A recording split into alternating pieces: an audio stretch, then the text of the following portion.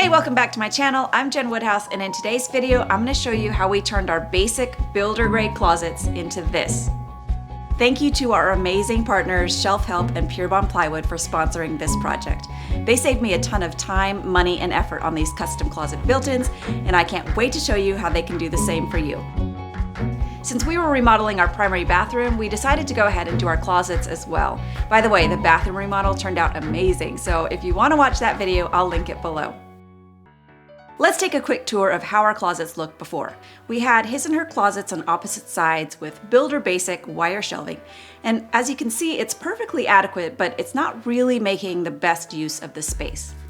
By building floor-to-ceiling built-in shelving units, we'll be able to maximize every inch and increase storage and functionality. So let's get to it. The first thing I did was measure each closet, and then I figured out what layout made the best sense for us, taking inventory of all the clothes we had to store in here. I knew I'd need at least one tall unit to hang long dresses and coats, but the rest could be split up into upper and lower units for shirts and pants. Adam didn't need a long wardrobe, so we made all of his into upper and lower units. We added a shoe shelf for both closets and then took our rough layout to the Shelf Help website so we could start designing the shelving units.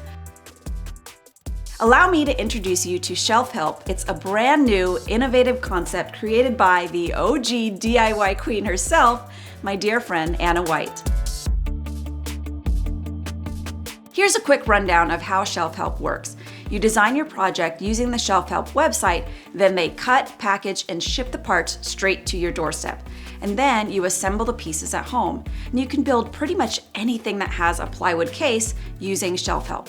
This includes built-in bookshelves, mudroom benches, entertainment centers, desks, even kitchen cabinets.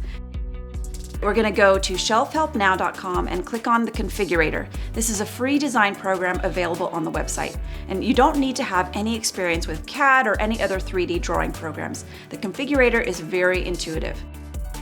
So from here, you can start designing your project.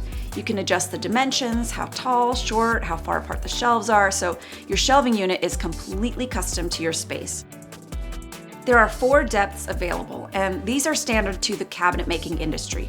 Most cabinet and shelving units are one of these 4 standard depths. For our closet, I'm going to choose both the 15 and 20-inch depths so we have some variation. I'll put a 20-inch cabinet on one side and a 15-inch on the other so we're able to maximize the space that we have, but still have ample walking room between the built-ins. Next, we'll choose the width and the height of the built-ins. You can choose how many bays you want, slide the parts where you need them, and add or remove shelves using the 3D diagram. It's so easy to navigate.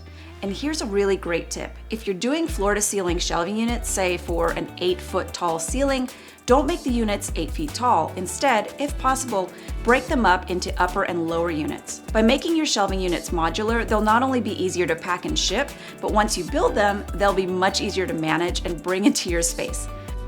Luckily, I did this with most of the units in our closets, but I didn't have the foresight when I placed my order, so there were a couple of full-size units that were built in my shop, toted upstairs to the room, only to discover they didn't fit into the narrow hallway indoors.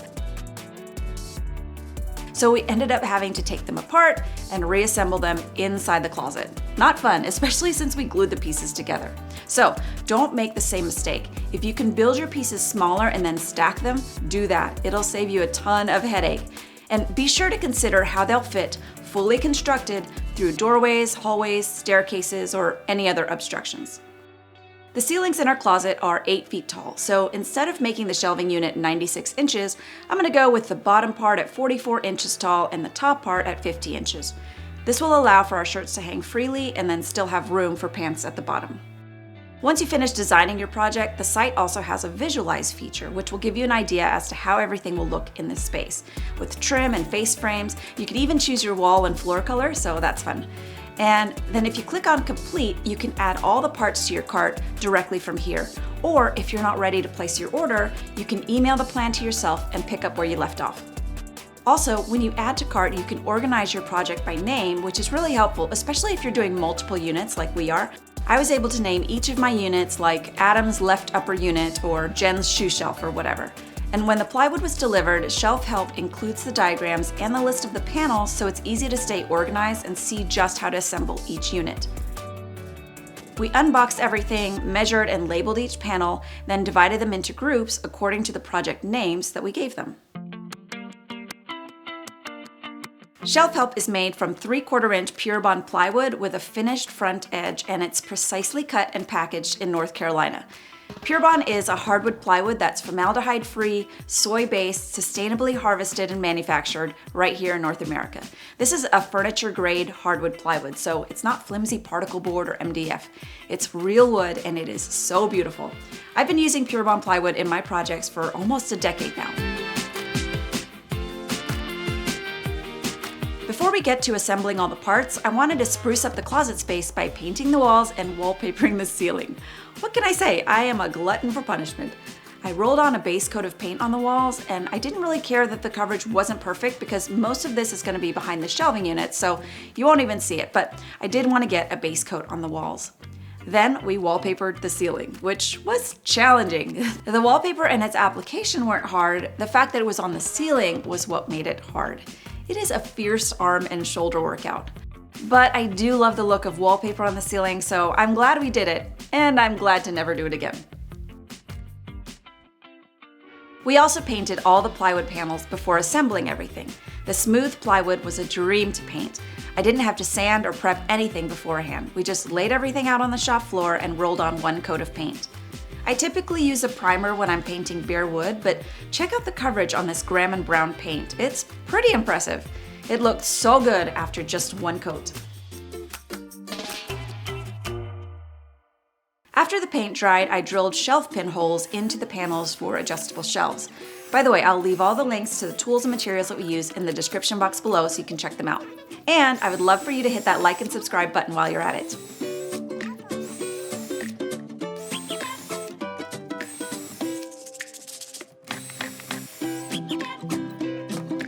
Okay, so you're probably wondering, can't I just cut my own plywood? Well, yes, absolutely, if you have the capability, the time, and the tools. Carrying and cutting down giant sheets of plywood can be challenging, especially if you don't have a table saw or a track saw, or even the space to do it. So here's where Shelf Help really shines.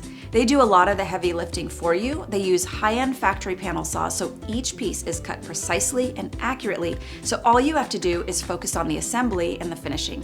There's also a cost comparison on the website where they show you the pros and cons between flat pack options versus ready-made versus getting a contractor quote. By the way, a contractor in our area would have charged us anywhere from $10,000 to $12,000 for our custom closet, and that's not even using real wood.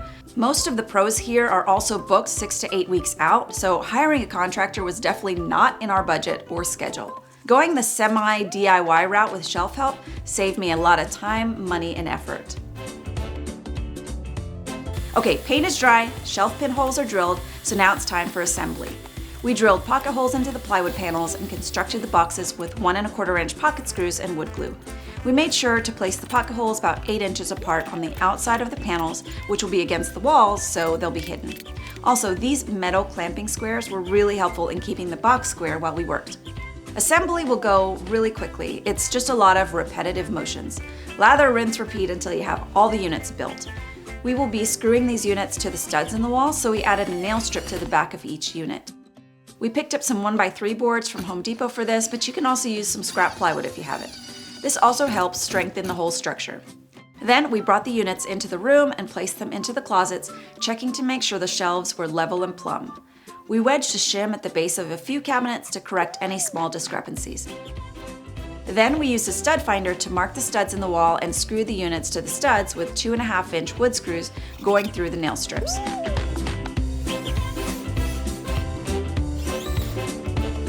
Wow, it already feels so much bigger in here with a ton more storage space.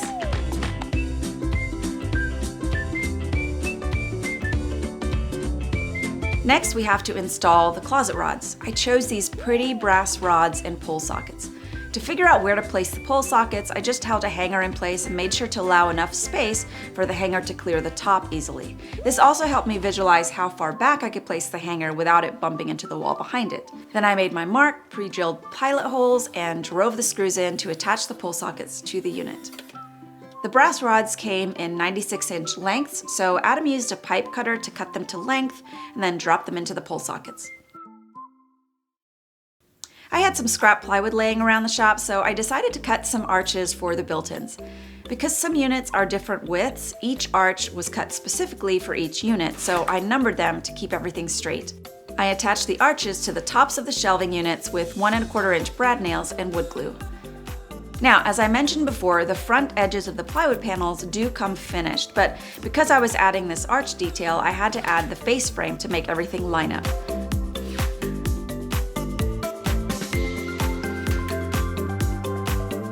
Once all the trim was done, I could install the baseboards. I have a few videos on how to install baseboards on my Instagram account if you're interested. To finish off the top edges, I used a small cove molding to cover any gaps at the ceiling.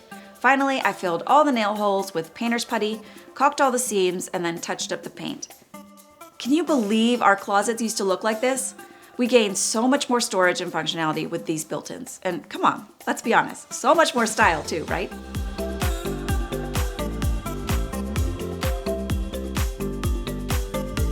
That's it for me in this video. For more home remodeling and DIY project ideas, visit jenwoodhouse.com. Thanks again to our sponsor, Shelf Help and PureBond Plywood, and thank you for watching. I'll see you in the next video.